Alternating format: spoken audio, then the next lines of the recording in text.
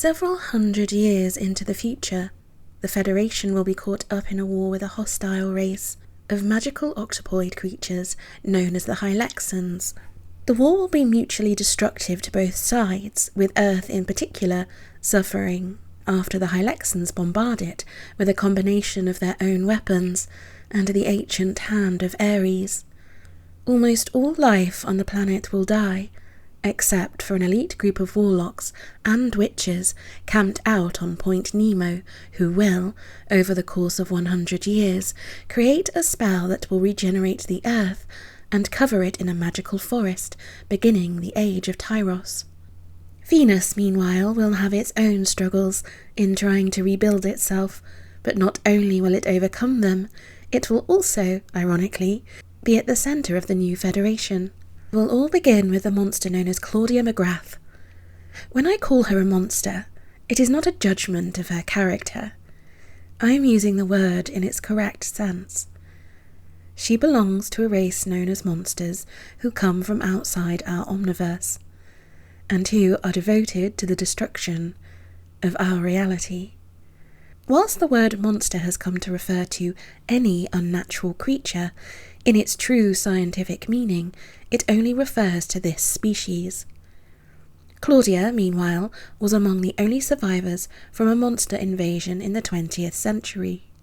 She was just a child at the time, but the hunter Celeste Sand, who took part in repelling the invasion, took her in and raised Claudia, who, after assuming a human form, followed in her stepmother's footsteps and became a great hero.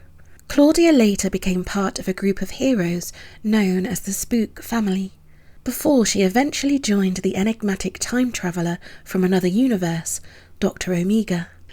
After travelling back to his home universe for more adventures, Claudia was later lost whilst defending it. She became trapped in the nothingness between universes for an unknown period of time before she was able to enter our reality again, thanks to a deadly weapon used by the Federation in the final days of the war. The weapon was the condensed magic of several worlds. The Federation had been forced to turn to magic, which it had always largely shunned, to keep up with the Hylaxans, and had raided the old spells and enchantments from many planets. Eventually, towards the end of the war, they were able to fuse the darkest spells into one weapon. The Federation detonated it on the final day of the war, having had no time to perfect the bomb, and it proved to be more devastating than they could have predicted. The Hylaxan fleet was completely destroyed, just as they were about to advance on the final outpost of the Federation. The bomb, however, also devastated the entire region of the galaxy. Many worlds were ripped apart, and those that weren't were bombarded by black magic, to the point where their people were twisted into abominations and their natural laws defiled. The blast was so powerful that it actually created a small rip in the universe itself, which allowed Claudia to re-enter our reality, though Claudia was also unintentionally aided by the surviving ship of a large Federation fleet, whose job it had been to hold off the Hylaxans long enough for the bomb to be detonated. Nobody in the fleet was actually aware of the bomb, however. They simply believed that they were making a last stand against the Hylaxans. This vessel, meanwhile, survived purely by chance, as it fell through the small rip in the universe before the blast completely consumed it like the others. Once the ship was outside our universe, it collided with Claudia, who headed towards the rip as soon as it appeared. The ship's crew, made up of just 30 people, instantly took Claudia in, but sadly, as soon as they saw she was a monster, they assumed she was a threat and imprisoned Claudia. After their vehicle was repaired, they returned to our universe before the rip closed. The ship was unable to head home, however, as they found they could not travel through the dark magic that now consumed that part of the galaxy. The ship therefore fled in the opposite direction and headed to the Earth's solar system, which was just out of the reach of the blast. Along the way, The ship was attacked by a hideously mutated creature from one of the many planets that had been contaminated. Claudia, who escaped her prison in the commotion, was able to slay the beast, and in doing so earned the crew's trust, for the moment at least. Once they reached our solar system, they discovered that Venus was the only world that was even remotely habitable, and landed there. This was before the Earth was restored. Claudia reportedly burst into tears upon seeing what had become of her Earth. It was nothing but a black mass in space. She couldn't even make out any of the continents or oceans. It truly was nothing but swirling darkness. Venus, meanwhile, at the very least, still resembled itself to some extent, though there were now many barren areas, contaminated oceans, and petrified forests, as well as horrible mutations. The former soldiers, along with Claudia, struggled for the first few months against the exosaurs, who had reclaimed the planet once again, and the mutants, until Claudia received a visit from a powerful spectre, Carla King herself. In the final days before Venus was bombarded, one of the Athico had attempted to bring Carla, still one of their most celebrated heroes, back. Such was their desperation against the Hylexans. This Athico had been willing to break their most sacred law against tampering with resurrection spells, which had been established after the trouble they had endured from Carla's first visit. His lack of skill, coupled with the subsequent bombardment from the Hylexans, ensured that the spell was botched somewhat. Carla was not fully resurrected, but her soul was still ripped from the great beyond. Everyone could see and interact with her spirit, but sadly, her ghost was not able to affect the world at all. She was literally trapped between both worlds, and would now and again even be able to venture back to the great beyond for short periods, before returning to our reality. She was also unable to leave Venus either. Still, even trapped in this nightmarish state, Carla was able to help Claudia and the others.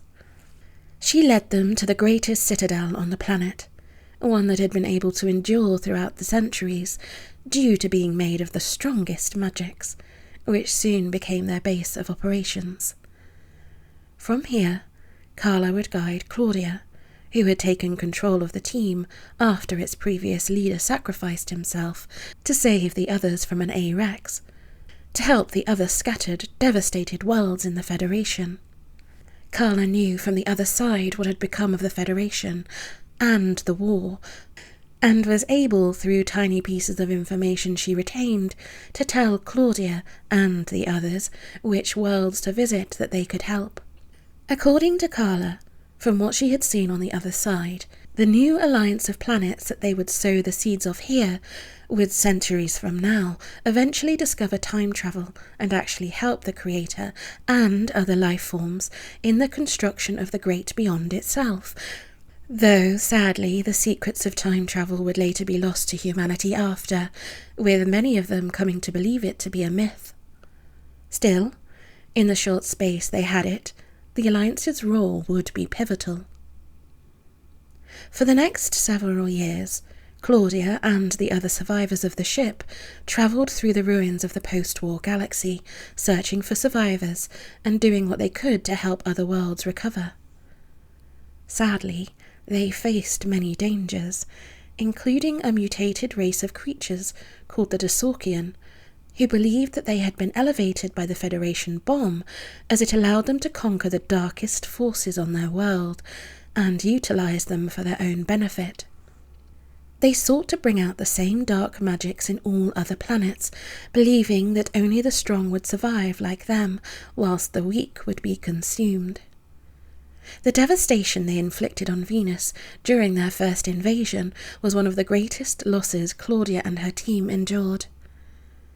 They were arguably her most dangerous enemies, and certainly pushed Claudia further than many of her other foes. The creatures, over the years, were also able to further harness the dark magics from the Federation's bomb and refined it to the point where they created an even greater weapon, as they also fused it with magics stolen from many other worlds and the ruins of the Hylexans' battle fleet too. Had this weapon been detonated, there is no telling the devastation it could have inflicted on the rest of creation, and, with that knowledge in mind, Claudia and her team were forced to destroy the Darsorkians' home planet by causing the weapon to overload. Claudia watched from space as their entire world was literally ripped to pieces. Whilst Claudia was understandably haunted by the sight for the rest of her life, in the end she knew there was no other choice. Furthermore, the Darsorkians were dying anyway. The magics that had transformed them were so toxic, they were ripping their very souls apart from within, slowly but surely. Within a few years, they would all have died in agony regardless, and that was enough time for them to slaughter countless other worlds. That said, one of their kind did survive the destruction of their planet, and later hunted Claudia down in revenge. It spread a deadly plague throughout Venus before Claudia and her team were able to imprison the beast. After months of research, they were able to find not only a way to cure the plague, but the beast itself, as the plague came from the magics that had corrupted it, and restore the creature to how it was before the Federation weapon. Claudia was so overwhelmed with guilt, knowing the rest of their kind could have been saved, she very nearly gave up on the mission. However, it should be noted that it took a considerable amount of Venusian magics to undo the plague. It would have taken at least 100 times what Venus had to offer to cure every inch of the Darsorkian homeworld, as if even a small part of the plague existed, then it would eventually regrow. Still, had the Federation ironically still been in existence, then it is possible that the resources to duplicate Venus's magics may have been possible, but, ultimately, we will never know, and the fact that one of these creatures was cured haunted Claudia. The Darsorkian in question, however, named Halka, who had been one of their most vicious and dangerous commanders, did not blame Claudia. On the contrary, he was so overwhelmed with guilt at what he had done that he joined her cause in the hopes of making up for his past sins and became one of her closest allies. Among Claudia's other enemies included the survivors of the Federation, who had detonated the bomb from the last Federation outpost. They forcibly enslaved many of the devastated worlds in the hopes of building them up. These survivors now forsook the Federation's old policy of non-interference, believing that they had to unite the scattered worlds through force. Claudia also faced some of the surviving Athico who wanted to reconquer their home planet. This particular group of Athico had fled to other Raskian dinosaur colonies, some of which had been marked out by the Federation. The first colony they came across was Talcha, a planet that sun had begun to collapse, though not to the point where it became a black hole. Life on Talcha was just about able to survive, but not only was it extremely difficult, the few dinosaur species that did persevere were twisted and mutated by the solar radiation into hideous beasts. The Athico obviously couldn't settle on this planet, but they did return to Talcha and harnessed these mutated dinosaurs to use as battle mounts in their attempts to reconquer Venus. The Talchan dinosaurs were referred to simply as Talchosaurs. Claudia and the others would have been happy to allow the Athico to return to their home planet, but sadly this group did not actually want to return to Venus. They were thriving on their new world and did not want to have to waste time trying to terraform Venus.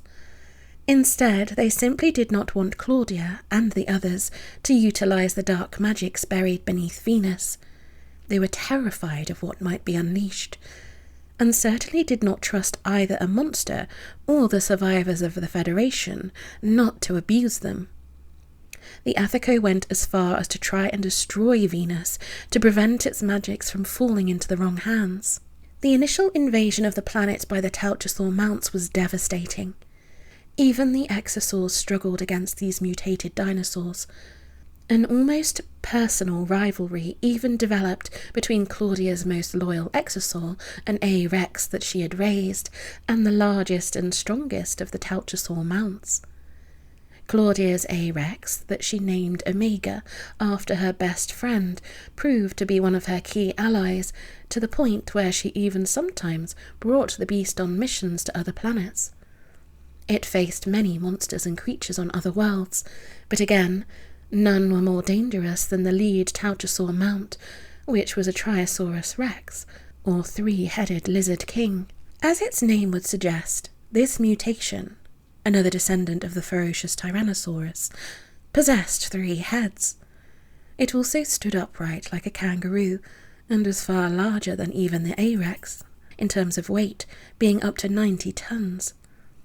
The Triosaur would come to be known as the 3-headed Reaper, and it and Omega's feud would take them across the stars as the dinosaurs battled each other on many worlds. Claudia also faced the emerging threat of the Vampire Empire.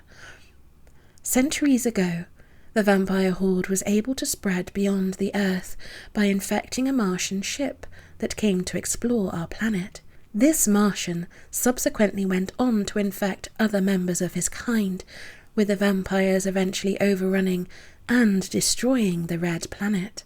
After a botched invasion of Earth that was foiled by the Circus family, the survivors of the Martian vampires fled into space, infecting many more worlds. The treacherous and selfish nature of the vampires ensured that they weren't able to truly build a unified empire for centuries, but they did still, nevertheless, manage to infect hundreds of worlds, and eventually several great powers united in an effort to cleanse their galaxy of the undead menace. This ended up uniting the vampires against a common enemy, allowing them to establish a loose empire for the first time, though it still was not on the level of the Hylexans.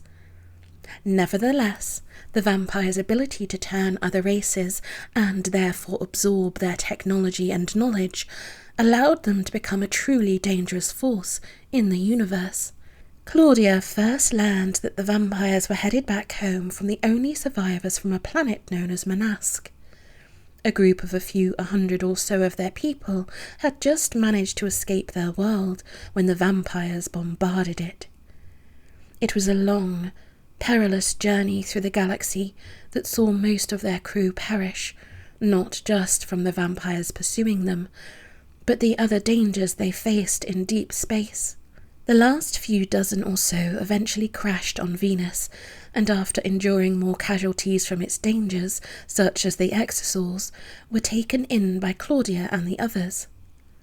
The vampires proved to be Claudia's greatest challenge, and she was even forced to work with a number of her enemies, such as the Athico, to stop them.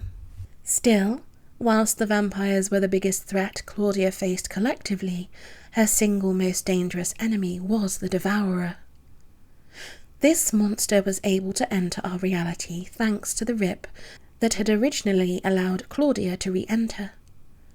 The beast came from outside our entire omniverse, being an ethereal creature that hadn't formed properly in the void, the nothingness from which all universes both exist within and come from. The Devourer entered our reality to stabilize itself, though sadly it would also be forced to consume more life forms in order to survive. As it was a completely unknown creature, it took Claudia years to find a way to even hurt it. Despite these challenges, however, Claudia was eventually, after a period of over 20 years, able to establish a new alliance of planets made up of survivors from the Hylexan War and beyond. She was also able to establish a peace treaty with the Athico clan after the Vampire War, which would gradually lead to some of the Athico returning to Venus. This new group of planets were referred to simply as the Alliance. Sadly, Despite its centuries of prosperity, after the horrors of the Hylexan War and the desperate measures taken by the last outpost of the Federation, Claudia, not surprisingly, did not want to associate the new organization with the old. The alliance would have a very shaky history for its first few centuries, but still, after it was firmly established, Carla finally felt her role was over and was at last able to cross over back into the great beyond. She told Claudia that the battle for her was not over yet, but that, at the very least, history was being set on the correct course. The Earth, meanwhile, which would be renamed Tyros after it was restored by magics, did not join the alliance. Ironically, for all the grief we gave the Athico, the scattered human civilizations of Tyros will adopt a similar isolation policy, though, in all fairness, given their trouble with the vampire horde on their own planet, they weren't exactly in a position to join. Eventually, Tyros did join the alliance several centuries after the vampire horde on Earth was finally crushed, leading to a new chapter for humanity and the galaxy. Claudia, who again possessed a much greater lifespan than a human, lived just long enough to see her home planet return and reconnect with other races again. By that stage, she had mostly retired from public life and actually had nothing to do with the final alliance with Earth being secured, but it was still a tremendous comfort to her in those last few years. In spite of this, however, she is believed to have never visited the Earth again. Much like Carla before her, Venus, for all the hardship she had endured there, had become Claudia's true home for all intents and purposes, and she finally quietly passed away there, with her death subsequently being mourned throughout the cosmos, who had come to see her as the mother of the Alliance. Whilst they may have hidden themselves away for centuries, Venus now stood as a symbol for hope and unity, but sadly, in the centuries to come, it would face many more challenges, showing that there was no easy path for any species.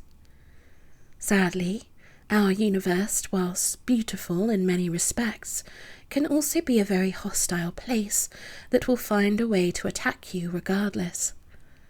Still, whilst I don't condemn the earlier Venusians for their policy of isolation, at the end of the day, I think the more species come together, the safer a place we can make it, and the fact that Venus will end up being a planet that served as a symbol of unity, thanks to a monster of all creatures, perhaps gives us hope for the future.